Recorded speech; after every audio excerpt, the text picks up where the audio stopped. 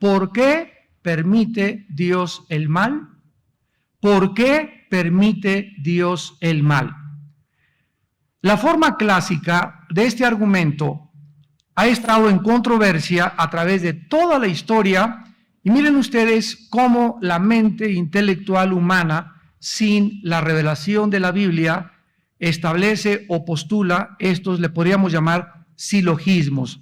Y son 4 puntos. Número 1, si Dios es bueno, así dicen muchos filósofos, Él podría destruir el mal. Si Dios es todopoderoso, no tiene ningún impedimento para destruir el mal. Pero el mal no ha sido destruido. 4 punto, por lo tanto Dios no puede ser bueno. Se dan ustedes inmediatamente cuenta en dónde se encuentra el error.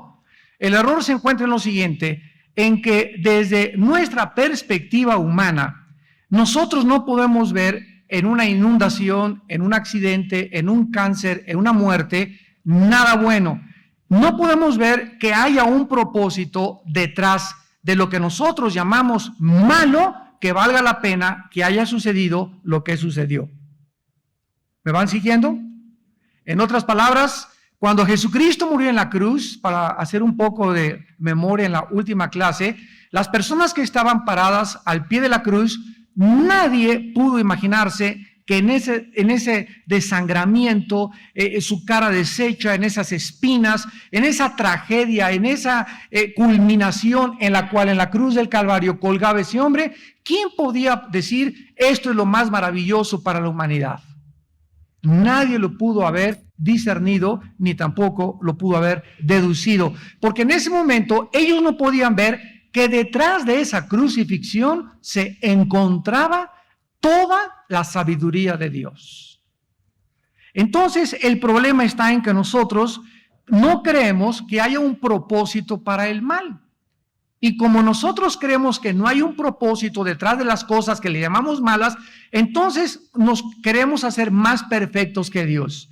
Y le decimos, si yo no puedo ver en esta crucifixión que haya un propósito eterno, entonces tú, Dios, tienes que haberte equivocado al permitir que mataran a tu Hijo Jesucristo.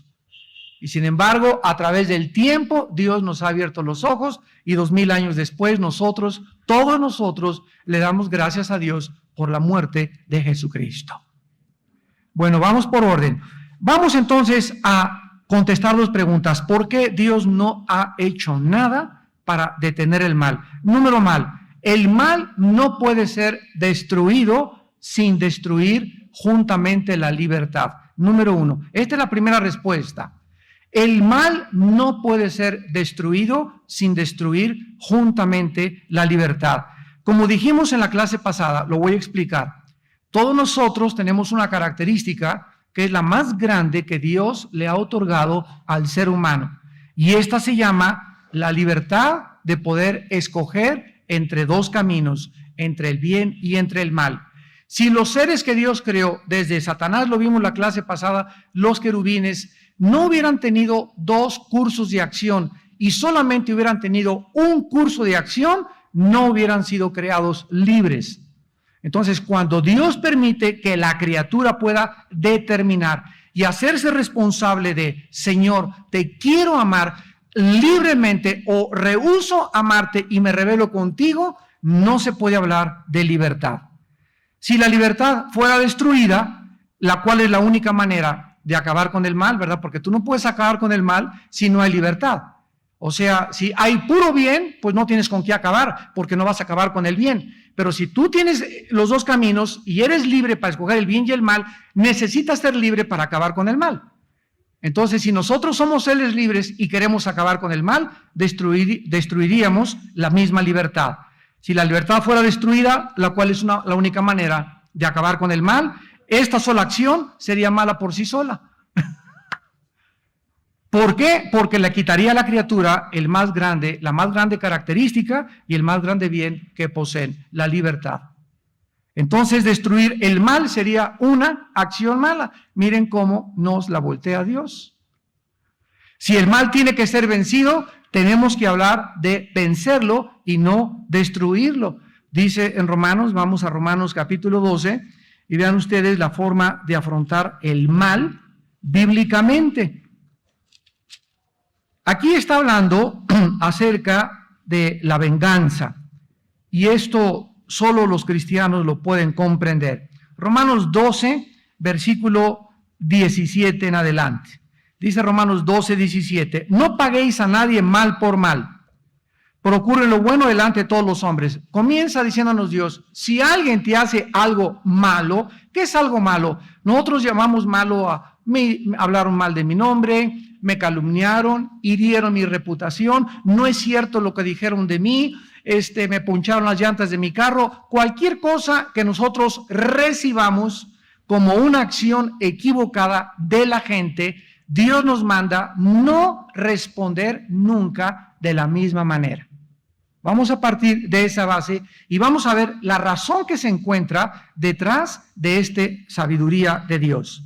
Dice el versículo 19, no os venguéis vosotros mismos, amados míos, sino dejad lugar a la ira de Dios, porque escrito está, mía es la venganza, yo pagaré, dice el Señor. Muy bien.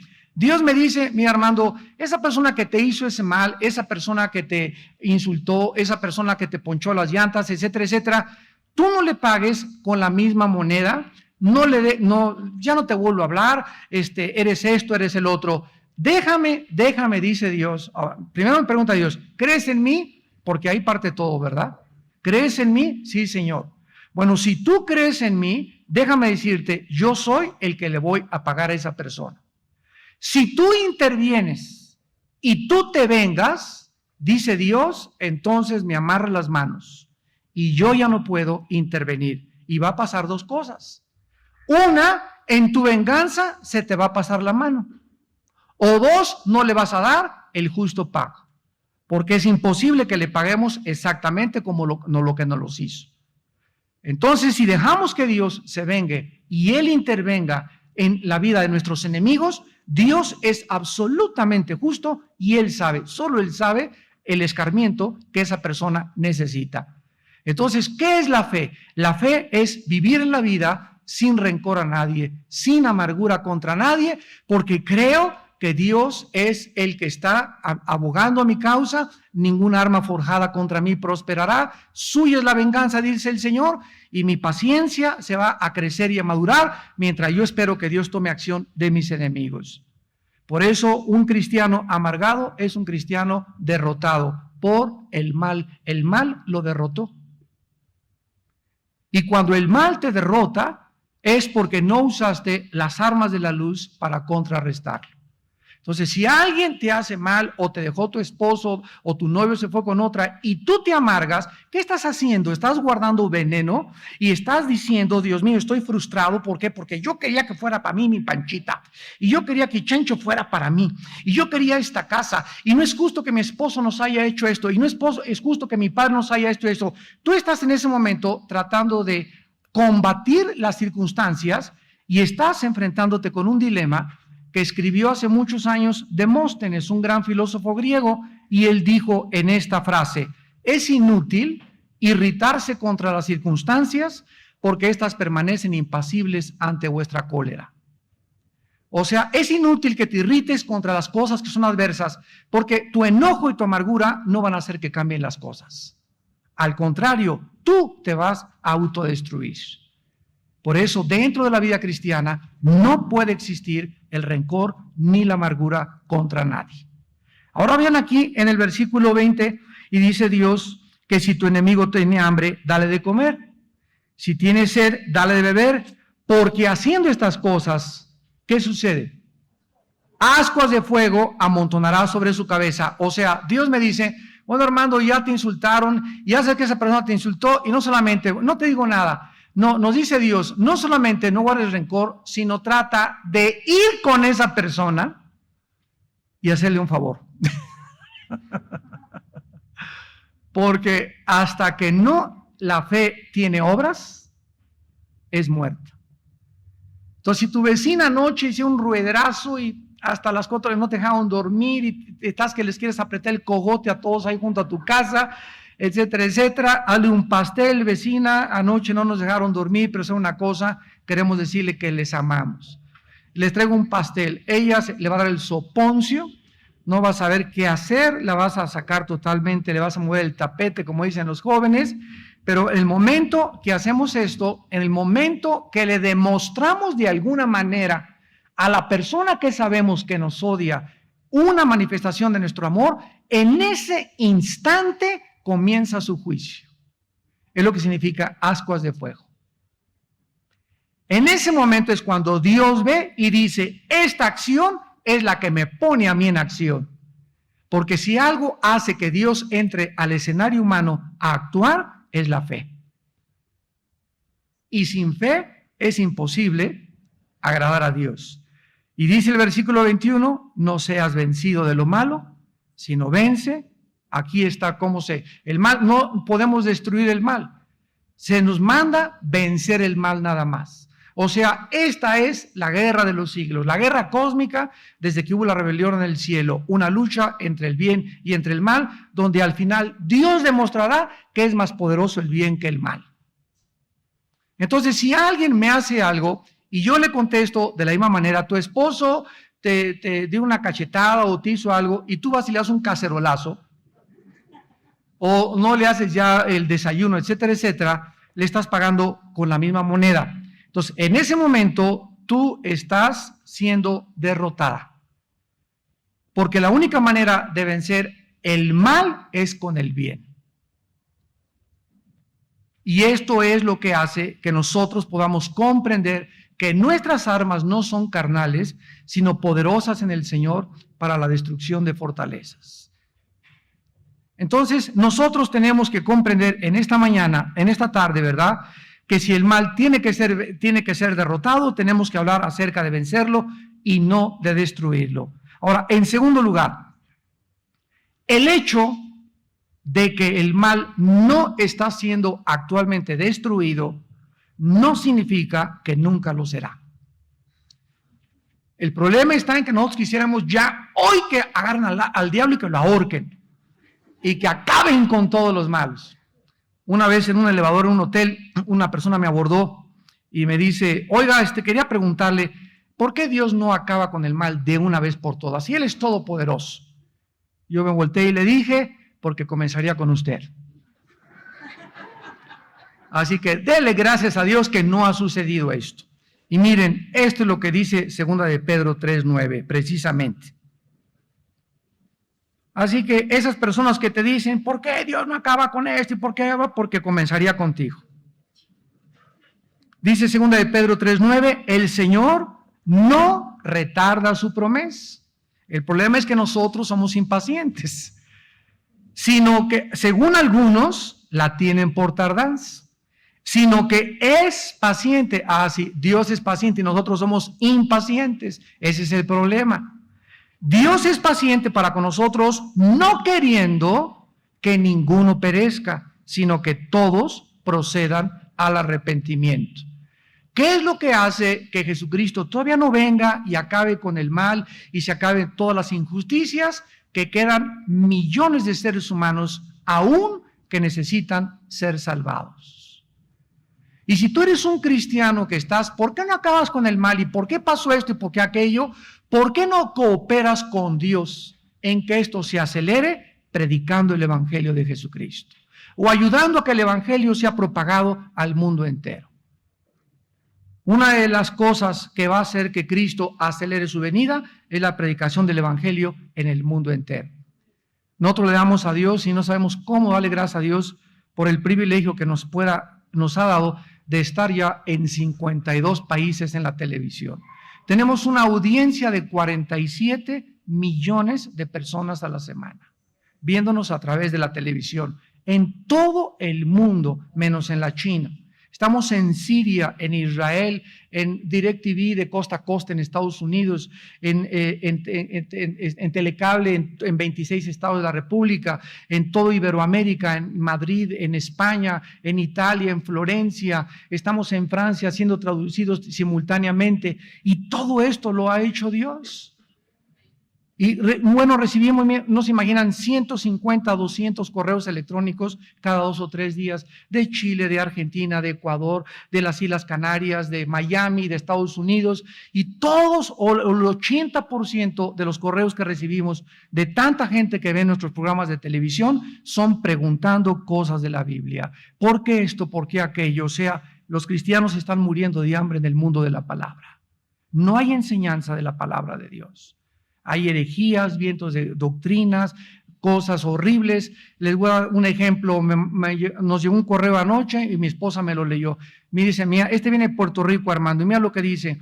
Hermanos, quiero decirles que yo hubo una iglesia en Puerto Rico, etcétera, etcétera, y llegamos el domingo y no encontramos a nadie, ni las bocinas, ni los micrófonos, ni nadie. El pastor se llevó todo.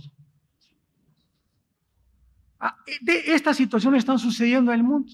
Llegó el pastor y se llevó con todo lo que estaba en la iglesia.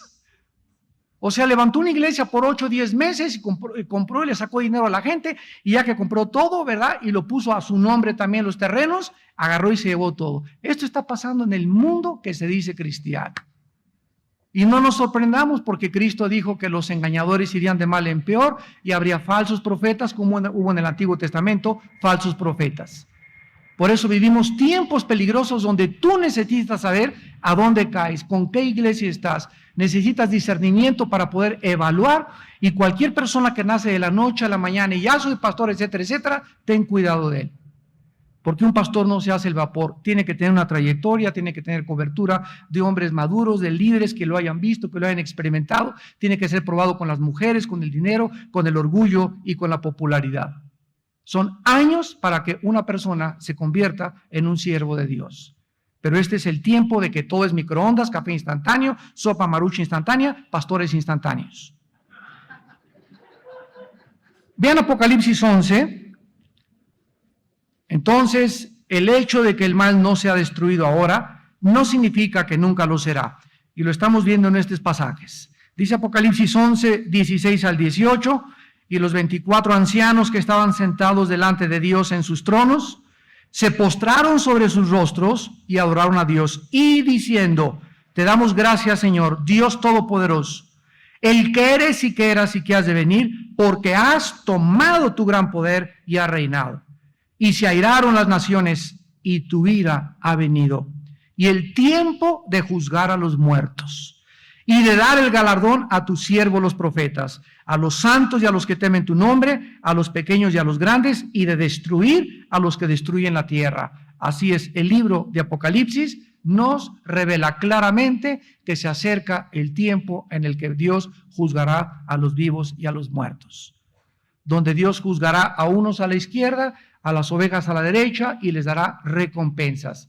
Entonces, el hecho de que en este momento no veamos nosotros que hay justicia no implica que no la va a haber. La Biblia nos habla que se acerca esta época en la que habrá justicia. Ahora fíjense, el libro de Efesios es uno de los libros, sobre todo el capítulo 1 de Efesios, es uno de los capítulos más profundos del Nuevo Testamento. Y en el libro de Efesios, capítulo 1, el apóstol Pablo hace una oración. Y dice el apóstol Pablo, Señor, yo te pido que les des a los cristianos de esa iglesia un espíritu de sabiduría y de revelación en tu conocimiento, alumbrando los ojos de su entendimiento, escucha, para que sepan la esperanza a la que han sido llamados. O sea que, para que yo pueda despertarme mañana con esperanza, porque si no tengo esperanza, ¿qué es esperanza? El saber que hay un futuro mejor, que las cosas van a mejorar, que mi Dios no me dejará, que no me desamparará. Pero para que yo pueda enfrentar la vida con esta esperanza, necesito luz, alumbrando los ojos de su entendimiento. Tú tienes que entender, hijo e hija de Dios que me escuchas, que hemos sido llamados a esperar de los cielos a su Hijo Jesucristo. Dice en Tito 2, aguardando la bienaventurada esperanza y la manifestación gloriosa de nuestro Dios y Señor Jesucristo. Entonces, hemos sido llamados a tener paciencia. Y el mundo, por la impaciencia que tiene, se casan con la persona equivocada, se casan antes de tiempo, se adelantan y saltan a privilegios del sexo antes de casarse, roban, quieren ya esa casa, quieren ya prosperar dentro del cristianismo, líderes que ya quieren ser populares, ya quieren ser esto, compiten contra esa iglesia, yo también quiero tener esto. Y ese espíritu de competencia y de impaciencia es lo que te impide recibir de Dios. Otros quieren imitar la manera de predicar de Benny Hinn, y hay 50 clones de Benny Hinn. Y hay 50 de este pastor, y nadie espera a ser el original, a ser usado como Dios te tiene que usar. ¿Por qué? Porque queremos ser como los demás, porque no conoces tu identidad. Se llama pérdida de la identidad. Quieres ser como Madonna, quieres ser como Britney Spears, quieres caminar como Julio Iglesias, quieres cantar como el Charro Avitia, etcétera, etcétera. Siempre tratando de ser alguien que tú no eres, porque tú no tienes tu identidad, no la conoces, y Cristo vino a recobrar nuestra identidad. Entonces te das cuenta que necesitamos luz en el entendimiento para saber la esperanza a la que hemos sido llamados. Y esta luz diario la tienes que recibir de la palabra de Dios. En Apocalipsis 20:10 dice la Biblia: y el diablo que los engañaba fue lanzado en el lago de fuego y azufre, donde estaban la bestia y el falso profeta, y serán atormentados día y noche por los siglos de los siglos. La Biblia sí habla y sí menciona del final de Satanás. Dios ha permitido en todo este tiempo que se llama la dispensación de la iglesia que ande suelto, y el mismo Satanás es un instrumento de Dios en su sabiduría, aunque yo no pueda ver sus propósitos y lo estoy comenzando a entender. Él detrás de eso tiene un propósito y lo usa como nuestro adversario para que Él se oponga a nosotros y sea el instrumento de nuestra resistencia. Hace mucho tiempo, cuando estaba jugando fútbol americano en high school, estaba en una escuela internado en Estados Unidos, el coach nos decía: mira, esa persona, yo estaba así junto con él y me estaba enseñando cómo venían y le pegaban, nos ponían unas muelles de así grandísimas para pegar con colchones a la muelle. Entonces, cuando un jugador, el coach, el entrenador veía que empujaba la muelle, le decía al asistente: ponle 2 muelles más. Entonces llegaba el jugador y ¡pum! Y ya con el coach: oiga, no se vale, si ya me puso usted más resistencia, ahora está más duro empujarla. Y el coach le contestó y le dijo: porque he visto que tú puedes empujar más. Entonces, a mayor empuje, más resistencia le ponían, para que empujara aún 3 veces más. Nosotros no podemos saber la capacidad que tenemos de enfrentarnos a la vida hasta que no enfrentamos la adversidad. Si Dios ve que a la primera de cambio alguien llegó y: ay, hermano, me dijeron fuchi, ya no regreso a la iglesia, por eso ya se fue de la iglesia el hermano, ay, el pastor me exhortó y me habló muy feo. Ay, si tú eres una persona hipersensible que no aguantas nada, Dios no te va a poner ya más muelles. Ahí te va a dejar y le va a decir: no la toquen, no toquen a doña Chole porque chilla. El otro, por cualquier cosita, ya está amargado, ya él creyó. Y esto es lo que determina el espíritu de grandeza que cada uno de nosotros tenemos, en la forma como enfrentamos la adversidad. ¿Cuánta resistencia tienes, escúchame, para sufrir? Y cuando Dios ve que no, como decimos vulgarmente, te agüitas, y no te amelcochas, y no te apachurras, y no te desanimas, y no te, ¿para qué? Y ve Dios que te levantas y que empujas y que sigues a pesar de las cachetadas y todo, y que sigues caminando. Dios, no te imaginas lo que tiene para ti mañana. No te imaginas. Porque precisamente los valientes arrebatan el reino de Dios. Se necesita en esta vida, y para poder vivir con Dios, valor. Y como ese valor no es inherente ni e innato de nosotros, es un valor que el Espíritu Santo nos infunde, porque no nos ha dado Dios espíritu de cobardía. Si realmente tienes al Espíritu Santo, te vas a levantar, vas a empujar, te vas a sobreponer a tus enfermedades, a las tragedias, a las desilusiones, a lo que te hicieron, y te vas a levantar y te vas a reír, así te vas a reír de tu pasado y de la pesadilla que atravesaste. Y dice el Señor en el Salmo 91, por cuanto en mí has puesto tu confianza, yo también te libraré. Y te sacaré del pozo de la desesperación y pondré tus pies sobre la peña, y te dejó tu marido, pero yo soy padre de huérfanos y de viudas, y te dejó tu esposa, pero te va a una mejor, que Britney Spears va a quedar chiquita, y vas a ver lo que voy a hacer contigo. Pero nosotros, ¿qué necesitamos? Necesitamos creer. Necesitamos creer. Ahora, ¿cuál es el propósito o por qué permite Dios el mal? La pregunta que surge la mayoría de la gente es, ¿por qué me pasó esto a mí? ¿No es verdad? ¿Por qué se robaron mi carro? ¿Por qué se tuvo que morir mi hijo? Miren un ejemplo. El dueño de la cadena de televisión de noticias más grande del mundo se llama la CNN. El dueño de esta cadena internacional se llama Ted Turner y se casó con una ex actriz de cine llamada Jane Fonda. Y este hombre, Ted Turner, iba a una iglesia como todos los americanos. Aquí van a la iglesia católica en Estados Unidos, a la iglesia evangélica o protestante, pero no era cristiano. Y iba a una iglesia bautista, y a los 17 años de edad se le muere su hermana de cáncer, de Ted Turner, el dueño de CNN. Y él dice en sus memorias que clamó, Dios, si tú eres Dios, sánala. Y como Dios no la sanó y se murió, a los 18 años se hizo ateo. Se amargó contra Dios y hasta la fecha es uno de los hombres que más odian a los cristianos y a la Biblia en el mundo entero. Él hizo los 10 mandamientos de Ted Turner. Se casa con esta actriz Jane Fonda, y Jane Fonda, su esposa, se convierte a Cristo. Le decían la reina de los aeróbics. Se convierte a Cristo hace 9 años y comienza a crecer, a discipularse a escondidas de él, y llega el momento, esto lo escribe ella en su libro que acaba de salir, donde lo confronta con Cristo. Ella sabía que él odiaba a los cristianos, pero ella dijo, yo no puedo ya ocultarle a mi esposo que soy hija de Dios. En ese momento él le dijo, yo no quiero saber absolutamente nada de tu vida, agarra tus maletas y lárgate de la casa.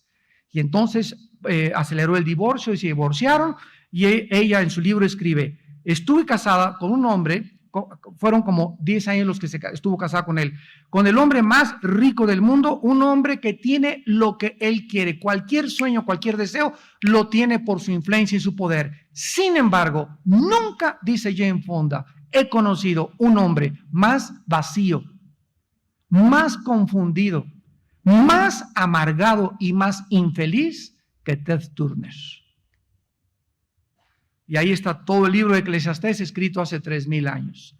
Del rey Salomón, que Ted Turner parece el niño del coro comparado con él. Porque Salomón, ¿verdad? Tuvo los asientos donde sentaba eran de oro. Tenía 1000 mujeres, esposas, amantes, cantores. Bueno, dice, no negué a mis ojos nada que mis ojos pudieran desear. Y después dije, vanidad de vanidades es la vida. ¿Por qué, verdad? Porque este hombre no pudo explicar por qué se murió su hermana y la agarró contra Dios. ¿Por qué existen terremotos, huracanes, inundaciones, fenómenos naturales que se llevan y desbastan miles de seres humanos? Miren lo que pasa. Cuando hay una catástrofe, como por ejemplo las Torres Gemelas de Nueva York, donde se estrellan 2 aviones con más de 40 pasajeros y mueren más de 3000 personas en las 2 torres, y vemos que se mueren colectivamente miles de seres humanos, nos impacta ver una muerte colectiva. Cuando hay un terremoto y se lleva a 1000 o 2000 personas, nos impacta que hayan muerto 2000 o 3000 personas. Pero nunca nos hemos detenido a pensar lo siguiente. Esas personas que se murieron en las Torres Gemelas bajo el avionazo y los que se murieron en el terremoto, de todas maneras se iban a morir. Algún día se iban a morir. O sea, diario se mueren 73,000 personas en Estados Unidos, pero se mueren aisladamente y no nos damos cuenta. O sea, diario es la vida y la muerte a nuestro alrededor. Pero cuando se mueren colectivamente, a nosotros se nos hace algo mal. Y comenzamos a decirle a Dios, ¿por qué te vas a decir? Bueno, hay niños que nadie sabe, se están muriendo ahorita de leucemia. Hay niños que mueren en un terremoto, una inundación, se llevan a familias enteras, pero de todas maneras todos tenemos la misma cita con la muerte. Pero lo que nos impacta es que se mueran al mismo tiempo muchas personas. Entonces todos nosotros tarde o temprano nos tenemos que morir. Y si todos nos tenemos que morir, habríamos nosotros de decirle a Dios la forma como vamos a morir. Todos quisiéramos morir, ¿verdad? Así con una paleta en la camita. No muy grandes, ¿verdad? Con salud, y que de repente, pum, cerramos los ojos y ya los ángeles ahí, Gabriel y hasta Juan Diego ahí junto a ti. Desgraciadamente, no podemos dar muchas veces respuestas que satisfagan el alma humana que están atravesando diferentes desgracias, pero para aquellas personas en esta noche que usan estos argumentos, es otra cosa, para negar la existencia de Dios, porque si Dios es bueno, no permitiría que tantas tragedias, que se cayeran aviones, etcétera, etcétera. Para esas personas que usan estos argumentos y los esgrimen filosóficamente para negar la existencia de Dios, podemos darles algunas respuestas. ¿Saben ustedes cuál es el argumento de estas personas? Déjenme parafraseárselos en 3 puntos. Número 1. No existe, dicen estos ateos, un buen propósito para el sufrimiento. Si el sufrimiento existe, no puede haber algo detrás que sea bueno. Bueno, hay que llevarlos a la cruz, ¿verdad? Como iniciamos esta conferencia. Ahí la cruz te desmiente lo que estás diciendo, porque cualquiera hubiera dicho, ¿cómo puede haber detrás de esta muerte horrenda, cruenta, sanguinaria, algo bueno? Y lo vemos después que lo comprendimos. Número 2, un Dios bueno no tendría un buen propósito para todas las cosas. Y número 3, así pues, no puede existir un Dios que sea bueno. Esta es la argumentación que una persona en el Canal 11 hace 12 años me retó en el Politécnico para decirme que por eso él no creía en Dios. Vean ustedes la respuesta de 2 maneras. La primera, necesitamos hacer una distinción inmediatamente, porque existe una diferencia entre nuestro conocimiento del propósito del mal y el propósito que Dios tenga para permitir el mal. Me voy a ir más despacio. Existe una diferencia entre el conocimiento, o sea, ¿qué ser humano puede decir, yo sé por qué sucedió eso? Digo, tendrías que ser Dios. Como no sabes por qué sucedió eso, lo atribuyes como que es algo malo porque no te gusta que hubiera sucedido. Entonces te peleas contra Dios, porque tú no puedes creer que haya algo bueno detrás de eso malo que sucedió. Ese es el problema. Pero sin embargo, tenemos que recordar que Dios sí puede tener un propósito para permitir lo que ha sucedido. Entonces, si Dios es infinitamente más grande y más poderoso que nosotros, y Él forzosamente cosas que nosotros aquí abajo como la crucifixión, repito, no entendemos, no significa que Él no tenga o que Él tenga el mismo propósito que le atribuimos nosotros a las cosas malas que suceden, porque Él es Dios. Y Él tiene propósitos, si Él es Dios, infinitamente más sabios. El problema está que los queremos ahorita saber. Ese es el problema. Queremos ahorita saber por qué pasó esto. Y Dios nunca nos contesta de esa manera. Ahora bien, entonces, aunque no conozcamos el propósito de Dios, por qué te robaron tu coche, por qué te asaltaron, sin embargo, la Biblia dice en Romanos 8:28 que todas las cosas a los hijos de Dios y a las hijas de Dios, ¿qué les sucede? A los que aman a Dios son para su bien. Hace 2 meses una muchacha ahí en la iglesia del norte se acercó con mi esposa y yo. Ay, hermano pastor, Chencho se fue, es un desgraciado, yo fui buena con él, ¿y qué cree? Se fue con mi mejor amiga. Dios, si Diosito sabía que yo lo quería y que hasta nos íbamos a casar ahora en octubre, etcétera, etcétera. Y a la semana que esta hermanita se acercó a consejería con mi esposa y conmigo, se le atravesó otro chencho. Y cuando conoció en una semana, si no pasó ni una semana, mi esposa le dijo, mira, híncate, ora. ¿Sabes una cosa? Te voy a dar un secreto, le dijo a mi esposa. Siempre que no entienda lo que está pasando, alaba a Dios. Alábalo. No te imaginas el poder que está encerrado entre la alabanza. Alábalo, Padre, no entiendo, lo vamos ahorita en Job, pero tú lo hiciste. Yo no sé qué está pasando, en este momento no veo un propósito por el cual no lo puedo entender, si nos íbamos a casar, etcétera, etcétera, pero yo te alabo porque tú eres infinitamente sabio y sé que tienes algo mejor para mi vida. Cuando tú, amado santo, amada santa, cuando tú entras con esta actitud en la vida y tienes esta respuesta hacia la adversidad que no puedes explicar qué se encuentra detrás de eso malo que te sucedió y Dios ve que tú le alabas, esta es una demostración de que tú crees en Él. Y Dios se pone en acción y vas a ver en paracaídas lo que te va a mandar. Pues esta muchacha le habló a mi esposa, hermana, ¿qué cree? Pastora, fíjese que este muchacho y está en un seminario y el otro ni siquiera tenía trabajo. Dice mi esposa, ¿ya ves? ¿Ya ves? Y ahora, después de una semana, entendió lo que una semana anterior no podía entender y cuando lo entendió, alabó a Dios y se dio cuenta que lo que ella llamó malo una semana antes era que Dios había metido cirugía precisamente para quitar un tumor que le iba a hacer sufrir más adelante peor en su vida. ¿Te das cuenta? Nosotros no podemos ver muchas veces que Dios sí tiene un propósito para lo que nosotros llamamos al principio bueno. Entonces, no podemos asumir, para concluir esta primera respuesta, no podemos asumir que no existe un buen propósito para algo solo porque no conocemos lo que Dios tiene detrás. Esto es incongruente hasta filosóficamente. Y en segundo lugar, algunos males nos traen bienes mejores. Vamos a verlo en la Biblia. Si José no hubiera sido vendido por sus hermanos, no hubiera sido casi abortado por su familia, no hubiera sido encarcelado por su pureza, jamás José, si no hubiera pasado esas cosas que al principio él llamó malas, pero que desarrolló el bendito hábito de no amargarse en la cárcel, no amargarse contra sus hermanos, mantener su confianza en Dios. Si él no hubiera mantenido esa confianza, no entiendo por qué lejos de mi casa mis hermanos me odian, mi familia no me quiere. Ahora por mi pureza estoy en la cárcel, perdí mi trabajo por ser cristiano, pero te alabo y te bendigo, Señor.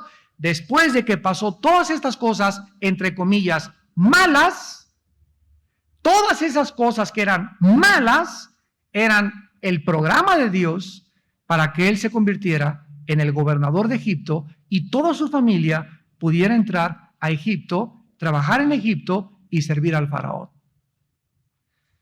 Veamos al terminar el libro del Génesis, capítulo 50, esta verdad. ¿Te das cuenta? Pero si tú no tienes ese hábito de, pues a mí puras desgracias, hermano. Me dejó a mis dos esposos, el que cuando estoy me pega, esto me está pasando, bla, bla, bla, bla, bla. Me violaron cuando era niña, me corrieron, me acusaron, me calumniaron por aquello, bla, bla, bla. Si tú eres cristiano y estás atravesando adversidades, pero tú estás viviendo una vida, no que te sonó tu esposo porque tú también le diste un cacerolazo, sino porque eres cristiana, si estás sufriendo por causa de Cristo, se va a convertir para tu bien, para que no me vayas a malentender. Entonces, cuando es por causa de Cristo, como José, se aguantó, no entendía por qué lo vendieron, por qué le pasó aquello, pero dice Génesis 50, versículo 20. Vosotros, les dice a sus hermanos, pensasteis mal contra mí, mas Dios, ¿qué cosa? O sea, ¿quién es Dios? Es el Dios que los limones que nos avienta, los hace agua de limón. Ese es el Dios que servimos. Es el Dios que las flechas que nos hieren y que nos lastiman se convierten después en nuestra propia armadura. Es el Dios que detrás de todas aquellas cosas que el mundo llama, porque no entiende, sufrimiento o malas, Él tiene detrás un propósito maravilloso que está contribuyendo para formar tu carácter. Todo lo que le hicieron en su familia, dice José, Dios lo convirtió, Dios lo envolvió y Dios lo transformó y me bendijo. Y ahora que veo la bendición por la paciencia y porque pude desarrollar el hábito de reconocerlo en todos mis caminos, los perdono. No tengo rencor contra ninguno de ustedes. Job, ¿qué le pasó a Job? Perdió familia, perdió hijos, perdió todo. Y todavía, por si fuera poco, le dejan a la engorrosa de la esposa. Porque era un gorro esa señora, sinceramente. Y todavía, o sea, yo estoy seguro, ¿verdad?, que él hubiera dicho, Señor, de una vez te lo hubieras llevado a ella. Pero Dios no se la llevó a ella. Entonces nos damos cuenta, ¿verdad?, que detrás de todas estas cosas existen cosas maravillosas que nosotros aparentemente no podemos contestar. Algunas personas piensan que pueden imaginarse que criaturas como nosotros, que somos libres, pero no tenemos ninguna posibilidad de hacer algo malo, ¿verdad? ¿No habría esto sido mejor para Dios? O sea, haber creado seres humanos que no hicieran nada malo. Esto es una imposibilidad teológica porque, repito, no existiría la libertad. Claro que Dios sabía que las criaturas se iban a rebelar contra Él e iban a abusar de la libertad. Ya dijimos, nuestra imperfección proviene del abuso de nuestra perfección. O sea, las imperfecciones y los defectos que yo tengo provienen del abuso que yo he hecho de la perfección original, de la libertad con la cual Dios me creó. Entonces, no es de Dios la mancha, es de nosotros. Las imperfecciones vienen del abuso de nuestra libertad. Dios le da libertad a las criaturas fueron las que abusaron de esa libertad, por lo cual el mal entró al universo. Ahora, Dios lo permitió y estamos viendo por qué lo permitió. Vamos a Job capítulo 11 y vamos a contestar algunas de estas preguntas, porque este es el libro más maravilloso que responde por qué sufren los justos. Vamos a partir de esta premisa. Tú no puedes estar en lo correcto y Dios equivocado. Para comenzar, número 1, tú no puedes estar equivocado o en lo correcto y Dios equivocado. Cuando alguna persona se levanta contra el razonamiento de Dios y desafía a Dios para discutir con Él, esta persona se está levantando contra el mismo poder que nos hace a nosotros capaz de pensar y razonar.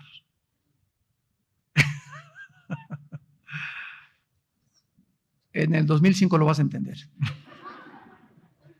Cuando una persona desafía a Dios, ¿por qué esto se argumenta en mi mente finita de ratón de renacuajo que tengo? Me estoy levantando contra el mismo poder que me dio esa mente. Qué absurdo, ¿verdad? Es como tratar de cortar la rama que te está sosteniendo en el árbol. Exactamente lo mismo. Dice en Job capítulo 11, versículo del 7 al 9, Job 11, del 7 al 9, ¿descubrirás tú los secretos de Dios? ¿Dios tiene secretos? Si hubiera algún ser humano que conociera todos los secretos, pues ya no necesitaría a Dios, porque sería Dios. Entonces, si Dios es Dios, tiene que haber cosas escondidas que nosotros no comprendemos, ni entendemos, ni sabemos. ¿Los descubrirás tú? Imposible, porque para que nuestra mente alcance la infinitud de la mente de Dios, repito, tendríamos que ser como dioses, y no lo somos. ¿Llegarás tú a la perfección del Todopoderoso? Son preguntas relevantes que inmediatamente nos muestran la insensatez del alma humana. Dice Job, es más alta que los cielos, ¿qué harás? Es más profunda que el Sheol, ¿cómo la conocerás? Su dimensión es más extensa que la tierra y más ancha que el mar. Capítulo 2 de Job, versículo 13. Con Dios está la sabiduría y el poder. Suyo es el consejo y la inteligencia. ¿Qué necesitamos para comprender la vida, el sufrimiento? ¿Por qué permite Dios el mal? ¿Qué necesitamos? Sabiduría. Esta no la tenemos. ¿Quién nos las tiene que dar? Dios. ¿Por qué? Porque es de Él. ¿Qué necesitas para tener esa sabiduría? Tener a Cristo en primer lugar en tu corazón. En segundo lugar, ya teniendo a Cristo en tu corazón, pagar el precio todos los días de tener comunión con Él a través de la Biblia. Y en tercer lugar, mantener una vida transparente en tu corazón, de santidad y de pureza. Y Dios te revelará los secretos profundos de su conocimiento. Créemelo. Vale la pena ser santos. Versículo 16 y 17. Con Él está el poder y la sabiduría, suyo es el que yerra y el que hace errar. Él hace andar despojados de consejo a los consejeros y entontece a los jueces. Job capítulo 28, versículos 12 y 13. Job 28, 12 y 13. Mas ¿dónde se hallará la sabiduría? ¿Dónde está el lugar de la inteligencia? ¿En la Universidad de Harvard? ¿En los montes Himalayas con los gurús, con tus padrinos? ¿Con el Dalai Lama? ¿Con Hare Krishna? ¿Con Buda? ¿Con Maciel, el jefe de los legionarios de Cristo? ¿Con el Papa? ¿Dónde está la sabiduría? Podríamos decir que en este planeta, para nada. La sabiduría se encuentra en Dios. Y dice el versículo 13, no conoce su valor el hombre, ni se halla en la tierra de los vivientes. Jesús dijo, yo he venido del cielo, yo soy la verdad, el camino y la vida. Dice Colosenses 2, en Cristo están encerrados todos los tesoros de la sabiduría y del conocimiento. Versículo 20 y 21, ¿de dónde pues vendrá la sabiduría? ¿Y dónde está el lugar de la inteligencia? Porque encubierta está a los ojos de todo viviente, y a toda ave del cielo lo oculta. Capítulo 33 de Job. 33, versículo 13. ¿Por qué contiendes contra él? O sea, contra Dios. Porque él no da cuenta de ninguna de sus razones. Así, síguete rompiendo la cabeza contra la pared. Por eso, todos, o el 80% de los ateos murieron locos. El más grande ateo del siglo XX, Friedrich Nietzsche, que escribió, Dios está muerto, a los 38 años se volvió homosexual y a los 41 años murió loco en un hospital psiquiátrico. El que dijo que Dios estaba muerto, murió y Dios seguía viviendo. Jean-Paul Sartre, el padre del existencialismo francés, en los 60s escribió el libro La náusea, El muro, dos de sus obras clásicas más famosas de la literatura atea, y al acabar el libro de La náusea dice, toda mi vida me he dado cuenta que esto es como un basurero y es como un muro enfrente de mí que veo que ya no puedo pasar. O sea, él trataba por medio de su mente finita darle respuesta a problemas que trascienden la capacidad para poder tener las respuestas. ¿Y qué sucedió? Escribió el libro del muro. Me choco contra una pared y dice, aunque yo sé que Dios siempre me ha perseguido, muero desesperado porque es demasiado tarde para buscarlo.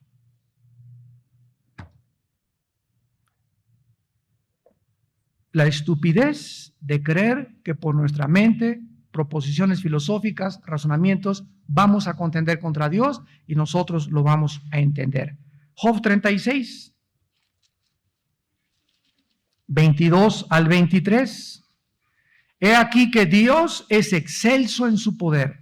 ¿Qué enseñador semejante a él? ¿Quién le ha prescrito su camino y quién le dirá, has hecho mal? ¿Quién está hablando todas estas cosas? El libro donde el hombre, Job, más sufrido que la Biblia pone, nos revelan todos estos secretos. Y donde este hombre, Job, no sabía, él no podía, o sea, ¿por qué, señores? O sea, ¿por qué perdí mi familia? ¿Por qué mis propiedades? Si he sido un hombre bueno, recto, temeroso de ti, explícame. Y pasó un año y el cielo se cerró, no hubo respuestas del cielo. Pero él siguió caminando y rascándose las llagas, acostado en la tierra, y no estaba, ay, para esto te serví, Señor, sino, Padre, aunque tú me deshicieres, en ti seguiré esperando. Yo sé que mi Redentor vive y aún desecha mi piel, he de ver con mis ojos al Señor, y Él me purificará como el oro después de los sufrimientos. ¿Y qué es lo que nos enseña el libro de Job? La fe ante lo desconocido. David escribió: del día que temo, en ti confío. ¿Por qué dice el justo por la fe vivirá? Porque toda nuestra vida debe ser de confianza en Dios. No entiendo, Señor, pero sé una cosa: tú lo hiciste. Si tú lo hiciste, no necesito entenderlo, necesito confiar en mí. Solo te pido, dame paz. Esa es la actitud cristiana. Señor, en medio de esta tempestad que estoy pasando, que no entiendo lo que está, solo te pido algo, solo te pido una cosa: que tu presencia esté en mí, que tenga paz. Porque con su paz atravesaremos los valles de sombras y de muerte. Y finalmente, en el capítulo 40 de Job, además respondió Jehová a Job. Ahora Dios le dice a Job y le dice: ¿es sabiduría contender con el Omnipotente? El que disputa con Dios, responda esto. Entonces respondió Job a Jehová y dijo, y comienza Dios a darle todas las cosas que Job no podía entender.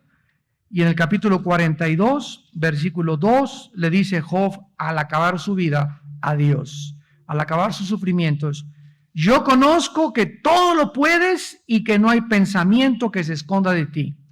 ¿Quién es el que oscurece el consejo sin entendimiento? Por tanto, yo hablaba lo que no entendía.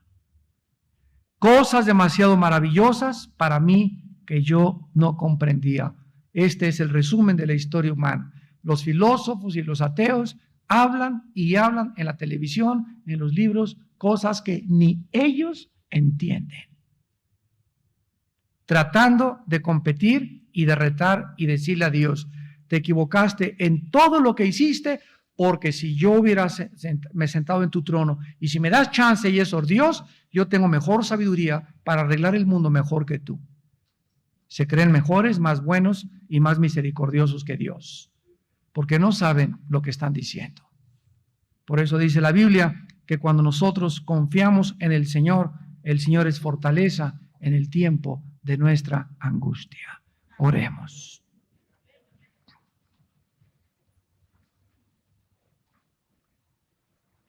Señor, cuando oímos tu voz en la Biblia, enmudecemos. Oh profundidad de las riquezas y del conocimiento de Dios. Cuán insondables son tus juicios e inescrutables tus caminos. ¿Quién conoció la mente de Dios? ¿Quién le puede decir o aconsejar y decirle te has equivocado? ¿Quién puede atreverse a decirle que eres más justo que él? ¿Podrá el hombre justificarse con sus palabras?